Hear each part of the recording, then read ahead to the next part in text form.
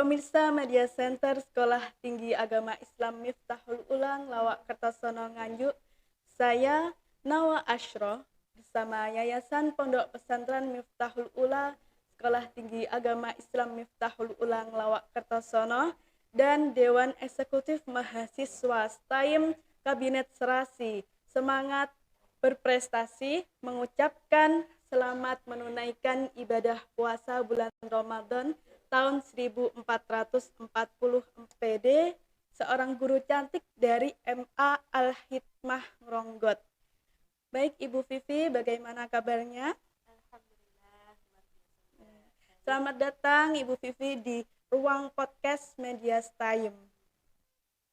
Baik, langsung saja Ibu Vivi, kita masuk pada perbincangan kita kali ini, yaitu tentang inovasi media pembelajaran di era sekarang ini. Ya, menurut Ibu Vivi itu inovasi media pembelajaran sendiri itu apa sih maknanya itu? Inovasi pembelajaran itu sebenarnya adalah upaya pembaruan dalam teknologi pembelajaran ya. Seorang pendidik itu menyampaikan ilmu pengetahuan kepada peserta didik untuk meningkatkan kualitas pembelajaran. Nah, sedangkan media pembelajaran di era sekarang ini sudah mengikuti perkembangan zaman. Sesuai dengan teknologi yang semakin berkembang. Karena sekarang apa-apa menggunakan jaringan internet. Kalau seperti itu dengan teknologi dan komunikasi yang sekarang semakin berkembang, model-model pembelajaran apa yang bisa diterapkan dalam pembelajaran? Ya. Kalau mengenai model-model pembelajaran itu banyak sekali ya di era digital ini, terutama ada model blended learning, di mana itu adalah model pembelajaran dari tatap muka dan kolaborasi dengan daring. Sedangkan kalau model lainnya ada model discovery learning, inquiry learning, dan sebagainya. Ya, mungkin Ibu Vivi bisa menjelaskan lebih jelas lagi atau mungkin pengalaman Ibu Vivi sendiri dalam Kalau mengajar. sekarang kan kita akan menggunakan kurikulum merdeka ya. Di situ ada kolaborasi dengan tentunya dengan mata pelajaran lainnya, tidak hanya dengan mata pelajaran satu. Di situ kita bisa menggunakan model pembelajaran yaitu discovery learning, yaitu penemuan. Nah, kalau inquiry itu lebih ke siswa itu lebih berpikir kritis. Kalau yang biasa Ibu Vivi terapkan itu ketika mengajar atau yang lebih Ibu Vivi suka dari model-model tersebut yang mana? Kalau melihat dari model-model pembelajaran dan media itu kita harus terutama itu menganalisis kesulitan belajar siswa terlebih dahulu, karena setiap siswa itu kan berbeda-beda gaya belajarnya. Ada yang gaya belajarnya visual, ada yang gaya belajarnya audio itu ya, pendengaran itu ya, sama gaya belajar kinestetik. Nah, dalam menentukan model sama media itu biasanya guru harus memahami dulu kesulitan belajar siswanya.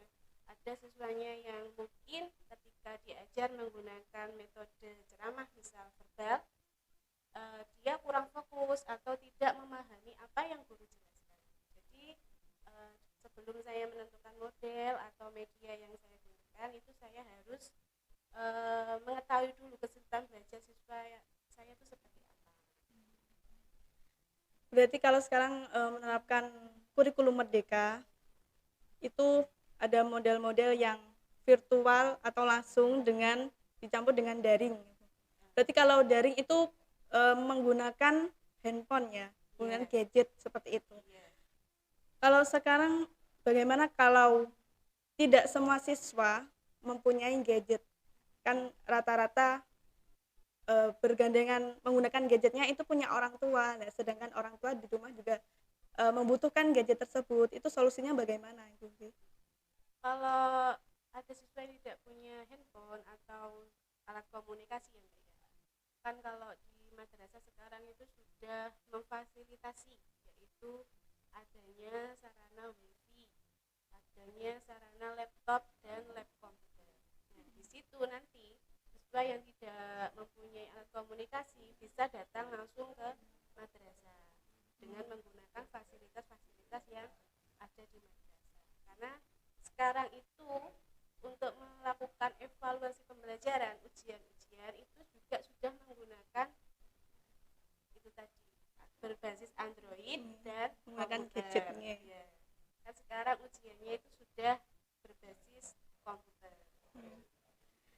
dari model pembelajaran sendiri itu yang lebih spesifik lagi Bu, seperti Ibu Vivi saat mengajarkan pelajaran apa, terus model pembelajarannya seperti apa, itu bagaimana?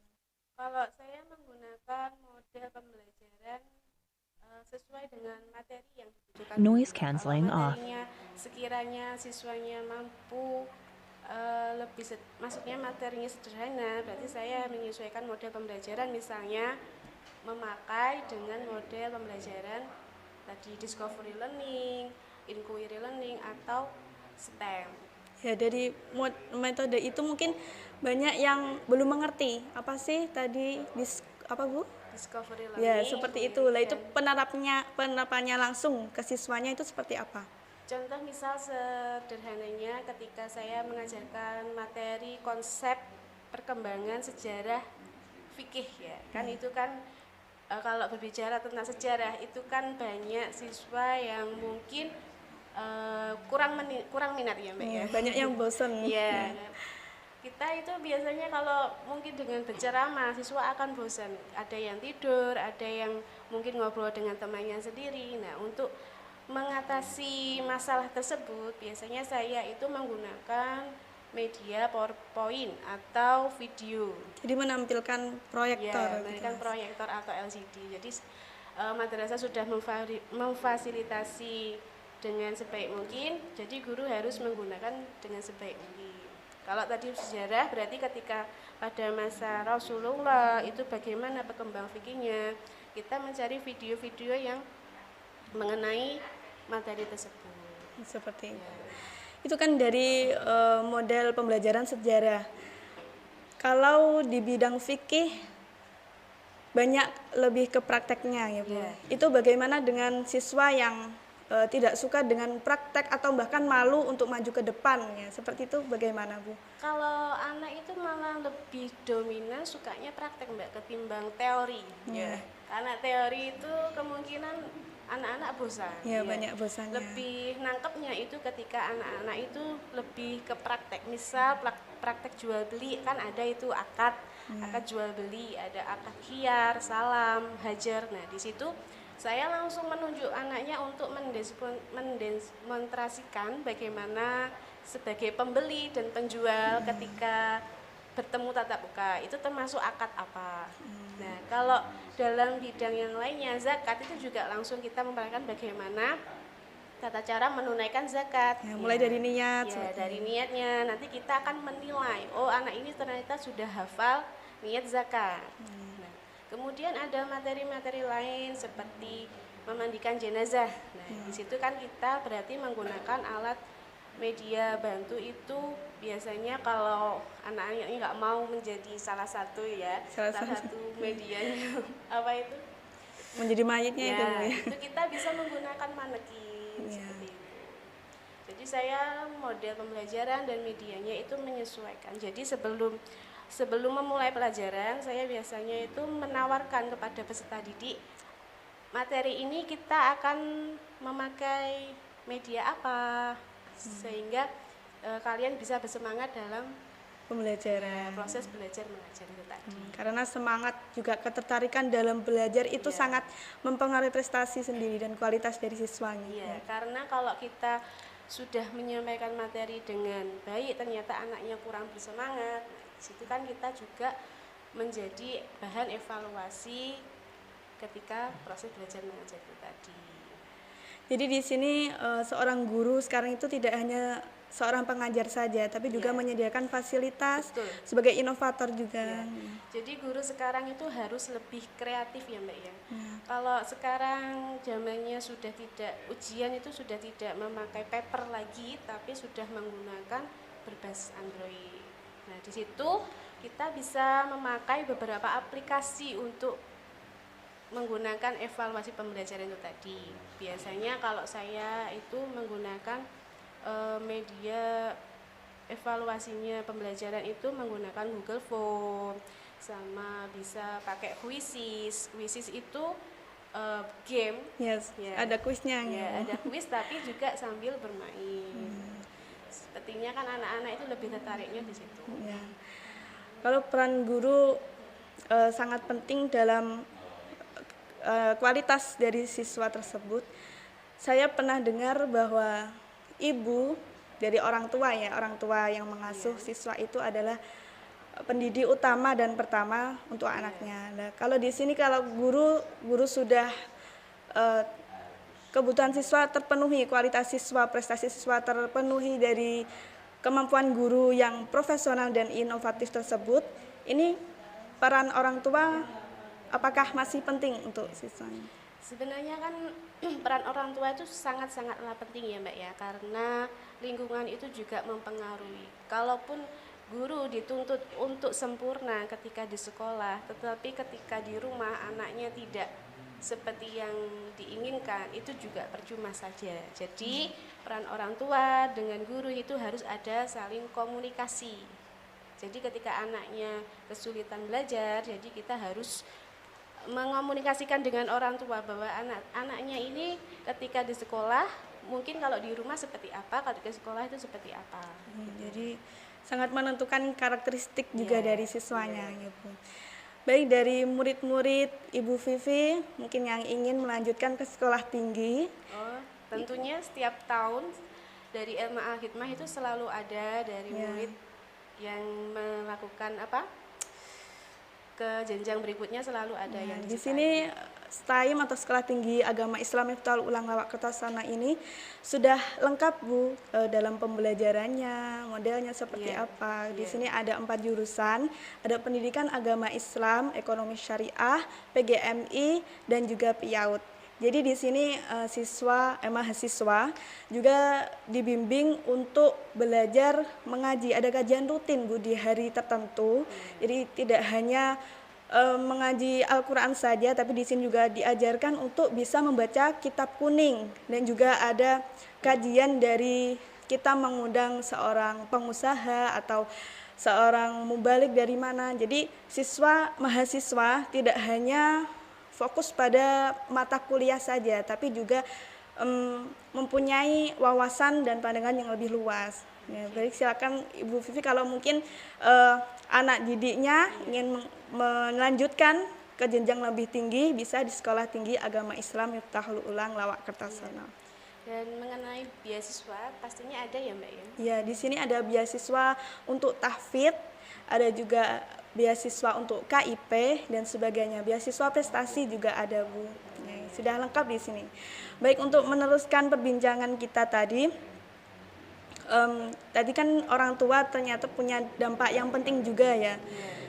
Tapi saya pernah dengar itu anak-anak itu cenderung lebih nurutnya sama gurunya, tapi sama orang tuanya malah menyepelekan. Nah, seperti itu bagaimana Bu?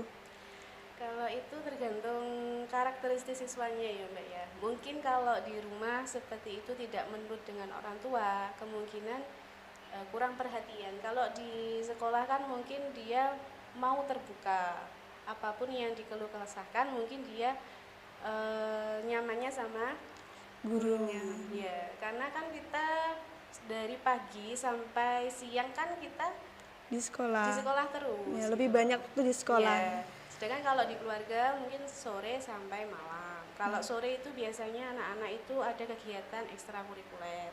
Kemungkinan kalau bertemu dengan orang tua itu hanya waktu malam saja. Ya, waktu malam pun juga habis untuk tidur ya. Untuk belajar dan lain sebagainya. Kan kita menghabiskan waktunya kan ketika di sekolah. Jadi anak lebih banyak berinteraksinya sama gurunya. Iya, kemungkinan itu anak-anak sukanya itu kegiatan ekstrakurikuler Mbak, karena di kita itu ada futsal putri putra, kemudian bola voli putri putra. Kemungkinan anak-anak itu lebih semangatnya, lebih tertarik dengan ekstrakurikuler itu tadi. Karena mungkin sebagai hiburan juga Bu. Iya.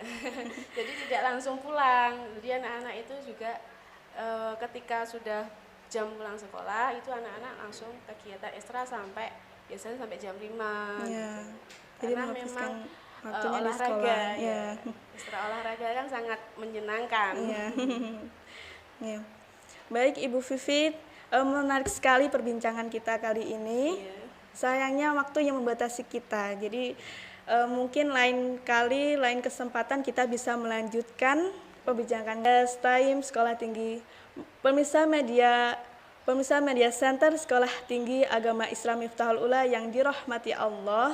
Saya Nawa Ashro mohon undur diri dan terima kasih atas segala perhatiannya. Tetaplah kreatif dan aktif bersama STAIM, hidup menjadi indah. Wassalamualaikum warahmatullahi wabarakatuh.